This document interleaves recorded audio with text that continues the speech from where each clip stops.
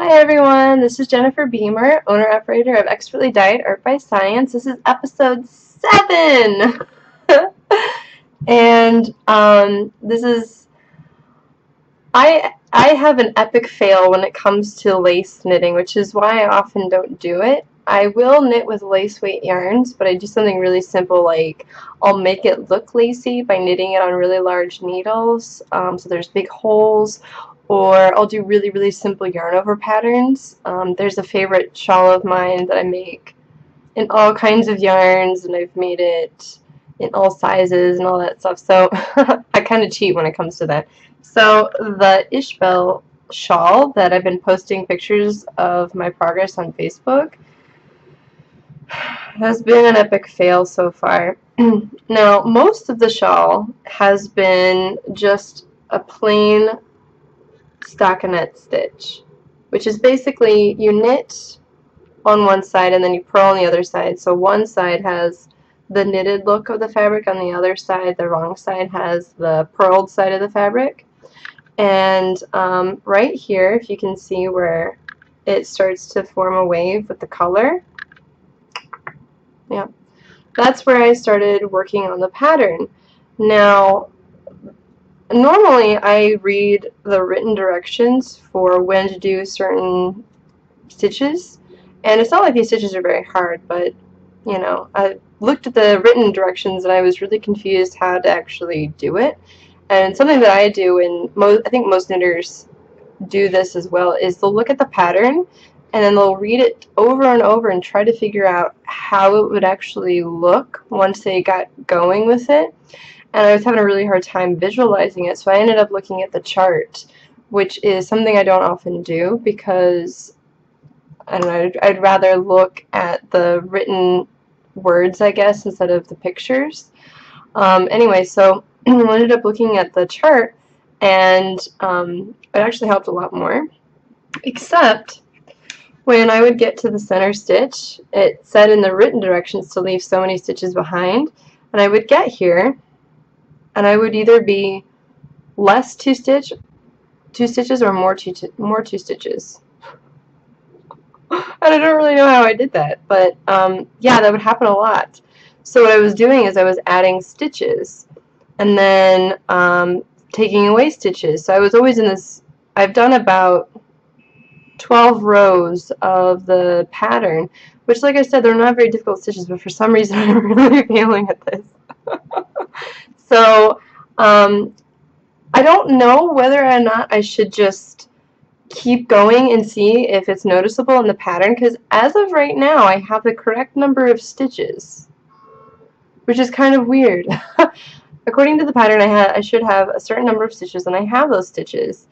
But my curiosity is in how is the pattern going to look if I've been adding and subtracting stitches sort of haphazardly.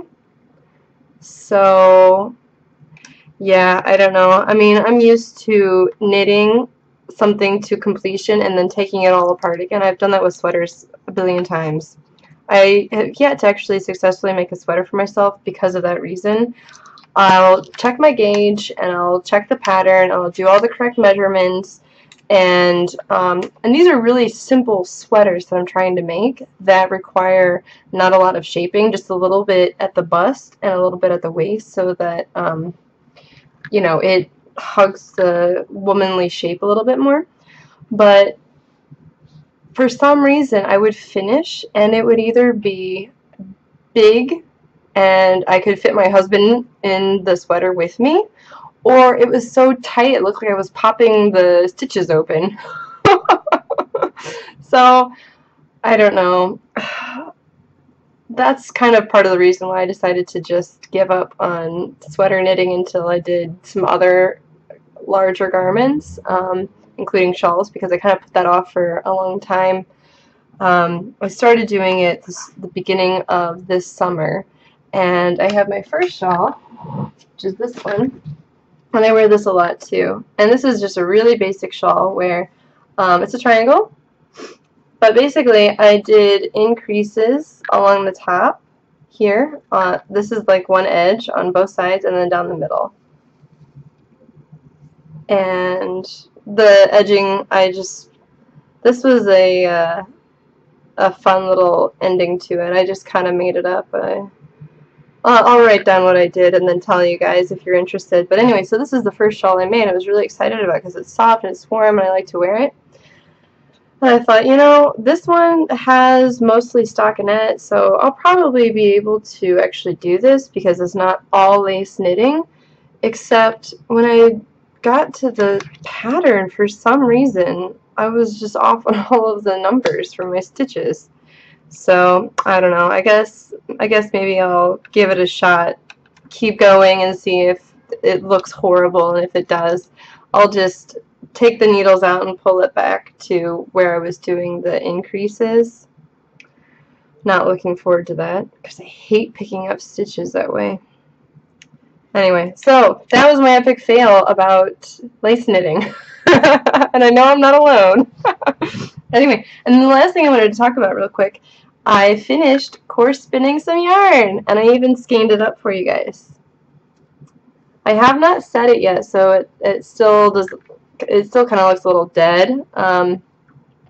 But basically what I did is I took a core yarn, which was actually this green here. I used that as my core, and then this is a Polwarth and I think Corriedale mix with a little bit, it had a little bit of brown Angelina in there. So what I did is I fluffed it up really nice, and then I held the core tight, and then I held the fiber at a 90-degree angle, and I kind of fed the fiber onto the core as I was spinning it like a single. And every once in a while I would throw in this beautiful white, like just plain snow white Angelina to give it a little bit of something extra, and also to test out a method of adding in texture that I was reading in a book. I should probably talk about that book in another video. But I was just testing this out because I need to make a video about coarse spun yarn. I've done this before, and I've really gotten all of the kinks worked out, because when you do a coarse spun yarn, it's really common, especially for beginners, to make it make the wrap of the fiber so tight around the core yarn that it turns into this really stiff cord-like yarn, and no one wants to knit with that. Unless they're making, you know, a market bag, maybe. Anyway, so this is really light and soft and fluffy, and there's a lot of like textured bits in here.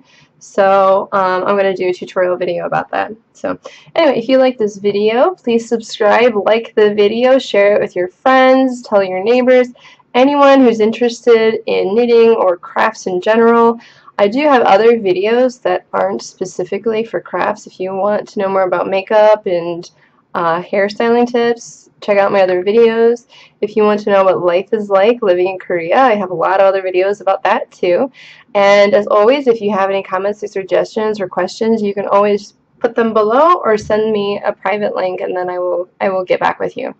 Anyway, so follow me on Twitter, friend me on Facebook. Bye!